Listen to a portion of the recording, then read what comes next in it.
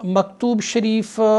151 دفتر اول اور حصہ سوم، یہ مکتوب شریف میر مومن بلخی صاحب کی طرف صادر کیا گیا ہے اس بارے میں کہ سلسلہ عالیہ نقشبندیہ کو اللہ کریم نے بہت فضیلت عنایت فرمایا ہوا ہے، اور یہ جو خواجگان کا سلسلہ ہے جس کو ہم سلسلہ عالیہ نقشبندیہ کہتے ہیں، اس کو اللہ کریم نے بہت بڑا مرتبہ دیا ہوا ہے۔ دو چیزوں کو مجدد رحمۃ اللہ تعالی اس مکتوب شریف میں ڈیفینیٹ کرتے ہیں، ایک کو کہتے ہیں یاداشت اور ایک کو کہتے ہیں یاد کرد۔ یاد کرد اس عمل کو کہتے ہیں کہ جو آپ اپنی محنت کے ساتھ اور اپنی کوشش کے ساتھ آپ اللہ رب العزت کا ذکر کرتے جائیں گے، اس کو کہتے ہیں یاد کرد۔ اور یاداشت کا وہ مرتبہ ہے کہ جو آپ کی اپنی کوشش کے علاوہ خود بخود آپ کا ذکر ہوتا رہے، اس کو کہتے ہیں یاداشت کا مرتبہ، جس کو کہتے ہیں حضوری دائمی حضور جس کو کہتے ہیں، وہ سلسلہ عالیہ نقشبندیہ مبارکہ میں ہے۔ مجدد رحمۃ اللہ تعالی فرماتے ہیں کہ سلسلہ عالیہ نقشبندیہ کی بزرگوں کو اللہ کریم نے یہ کمال دیا ہوا ہے کہ ان کے پاس حضوری دائمی ہے جس کو یاداشت کہا جاتا ہے، ہمیشہ ان کا باطن جو ہے وہ اللہ رب العزت کے ذکر پر ذاکر ہے۔ اور رجال اللہ تلہیہم تجارت ولا بیع عن ذکر اللہ، وہ یہ بندے ہیں جن کا اوڑھنا بچھوڑنا، جن کا اٹھنا بیٹھنا، جن کا سونا اور جاگنا، جن کا کھانا پینا، جس کی ہر حالت جو ہے وہ اللہ رب العزت کے ذکر پر ذاکر ہے۔ مثلا ایک مثال سے میں سمجھائی دوں کہ اگر ایک بندے کا اصولی لطائف ذاکر ہو جائے، تو پھر جب اصولی لطائف ذاکر ہو جاتے ہیں تو پھر وہ بھلے کھاتے رہیں، پیتے رہیں، بات چیت کرتے رہے، سوتے رہیں، لیکن جب اصولی لطائف ذاکر ہے تو اصولی لطائف کے ساتھ ان کا پورا وقت جو ہے وہ ذکر میں ہے، اور اسی کو کہتے ہیں حضوری دائمی یا یاداشت، اس کو کہتے ہیں۔ سلسلہ عالیہ نقشبندیہ کے بزرگ یاداشت اس کو کہتے ہیں کہ حضور، ایسے حضور اس کو مل جائے، باطنی ایسے حضور مل جائے کہ وہ بی غیبت رہے، یعنی اس میں کوئی غیوب نہ آ جائے۔ ابھی تھوڑی دیر بعد انشاءاللہ اس کو ڈیفینیٹ کرتے ہیں کہ غیبت کس کو کہتے ہیں، غائب ہونا کس کو کہتے ہیں۔ یعنی کیا؟ ایسی حضور ہو کہ جس میں غیبت کا کوئی دخل نہ ہو۔ مثلا کیسے؟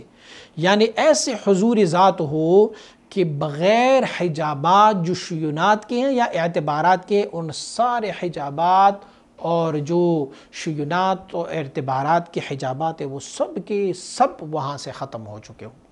میں پہلے بھی بیان کر چکا ہوں کہ حضرت سیدنا شیخ عبد القادر جیلانی رحمۃ اللہ تعالی کا مشہور و معروف قول ہے کہ بے حجابان دراں از در کاشانہ ما، کہ کسے نیس بجز عشق تو در خانہ ما، فتنہ انگیز مشوقہ کل مشکین مکشا تاب زنجیر ندارت دل دیوانہ ما۔ یعنی بے حجاب میرے دل کی گروندے میں آ اے میرے رب، کہ میرے دل کے گھر میں تیری محبت کے سوا کچھ اور نہیں ہے، اور اپنی مشکین زلفوں کو اپنے چہرے پر مت پھیلا کہ میرا پاگل دل اس زنجیروں کا تاب نہیں لاتا۔ معنی کیا ہے؟ یعنی اسماء و صفات، اعتبارات اور شیونات کے جو پردے ہیں پروردگار اس سارے پردوں کو ختم فرما۔ تو سلسلہ عالیہ نقشبندیہ مبارکہ میں جو حضوری دائمی ہے، جس کو مرتبہ یاداشت کہتے ہیں، وہ یاداشت ایسے ہیں کہ یہ تمام جتنی بھی حجابات ہیں، پردے ہیں، چاہے وہ ظلال کے ہیں، چاہے وہ اسماء و صفات کے ہیں، چاہے وہ اعتبارات یا شوینات کے ہیں، وہ سارے پردے ہٹ جائیں اور ذات تک وصل ہو جائے تو اس کو کہتے ہیں یاداشت۔ اور اگر کبھی حضور ہے اور کبھی غیبت، یعنی کبھی پردے درمیان میں آ جاتے ہیں یا اور کبھی حضور آ جاتا ہے، یعنی کبھی کبھار یہ ہے کہ تمام حجابات ختم ہو جاتے ہیں اور تھوڑی دیر کے بعد وہ حجابات دوبارہ درمیان میں آ جاتے ہیں، جیسے کہ تجلی ذاتی برقی میں ہوتا ہے۔ ایک تجلی ہے ذاتی برقی، تجلی ذات ہوتا ہے جیسے آسمان میں بجلی چمکتی ہے نا، ایسے تجلی ہو جاتا ہے اور پھر گم ہو جاتے ہیں، پھر بادلوں کے اوٹ میں چلے جاتے ہیں۔ ایسے ہی اگر اللہ رب العزت کی ذات کی تجلی ذاتی برقی، یعنی تمام حجابات جو ہے وہ اللہ رب العزت کی ذات سے مرتفع اور ختم ہو جاتے ہیں، لیکن ایک لمحے کے لیے، اور دوبارہ سے پھر وہی حجابات آ جاتے ہیں۔ تو مجدد رحمۃ اللہ تعالی فرماتے ہیں یہ حجابات کا ایک لمحے کے لیے اٹھ جانا اور دوبارہ سے حجابات آنا، یہ ہمارے سلسلہ عالیہ نقشبندیہ مبارکہ کی محل اعتبار نہیں ہے، اس کو کوئی اعتبار نہیں دیتے۔ بلکہ یہاں کی دیکھیں یہاں پر لفظ کہا ہوا ہے کہ اکابر سلسلہ نقشبندیہ، ہر نقشبندی کو یہ لازم نہیں ہے کہ ان کو ایسے ہی دائمی حضور مل جائے۔ اکابر سلسلہ عالیہ نقشبندیہ کو اللہ کریم نے یہ کمال عنایت فرمایا ہوا ہے کہ وہ تجلی برقی کو وہ اعتبار نہیں دیتے، وہ کہتے ہیں تجلی جو برقی ہے، جو ایک چمک جتنا حجابات دور ہو جاتے ہیں اور دوبارہ سے حجابات آ جاتے ہیں، کہتے ہیں اس کو ہم اعتبار نہیں دے رہے ہیں۔ فرماتے ہیں ہم نقشبندی اکابر جو ہے وہ تو یہ کہتے ہیں کہ ایسے حضور ہو کہ جس کے بعد حضور کے بعد کوئی غیبت نہ ہو، یعنی کوئی چھپ نہ جائے، ایسے ہمیں تجلی ہو کہ اس تجلی کے بعد جو اعتبارات، شیوعات یا صفات کے پردے ہیں وہ دوبارہ سے نہ آئیں۔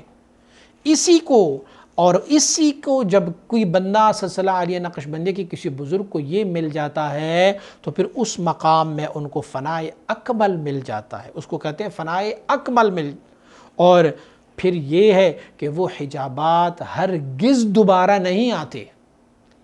جب اللہ رب العزت کا اتنا وصل و قرب حاصل کر دیتے ہیں کہ سارے اعتبارات و شیوعات و اسماء و صفات کے جتنی بھی 70,000 حجابات ہیں وہ سب دور ہو جاتے ہیں، تو پھر یہ نقشبندیوں کا خاصہ ہے کہ وہ حجابات دوبارہ درمیان میں نہیں آتے، اور اگر رجوع کنت حضور بغیبت متبدل خواہد گشت، اور اگر واپس یہ پردے آ جائیں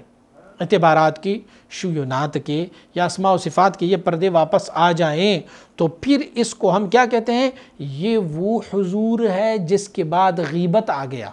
یعنی یہ وہ حضور ہے جس کے بعد دوبارہ سے پردے آ گئے۔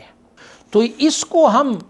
یاداشت نہیں کہتے، اس کو ہم یاد کرد کہتے ہیں۔ یہ بات اب ثابت ہو گئی ہے کہ سلسلہ عالیہ نقشبندیہ مبارکہ کے اکابرین کی جو شہود اور مشاہدہ ہے وہ بروجہ اتم و اکمل ہے، مکمل اور سب سے مکمل ترین ہے۔ آپ کہیں گے کہ فنا کامل ہے اور بقا بھی کامل ہے، تو یہ اس وقت فنا بھی کامل ہوگا، اس وقت بقا بھی کامل ہوگی جب آپ کے پاس ایسے شہود ہو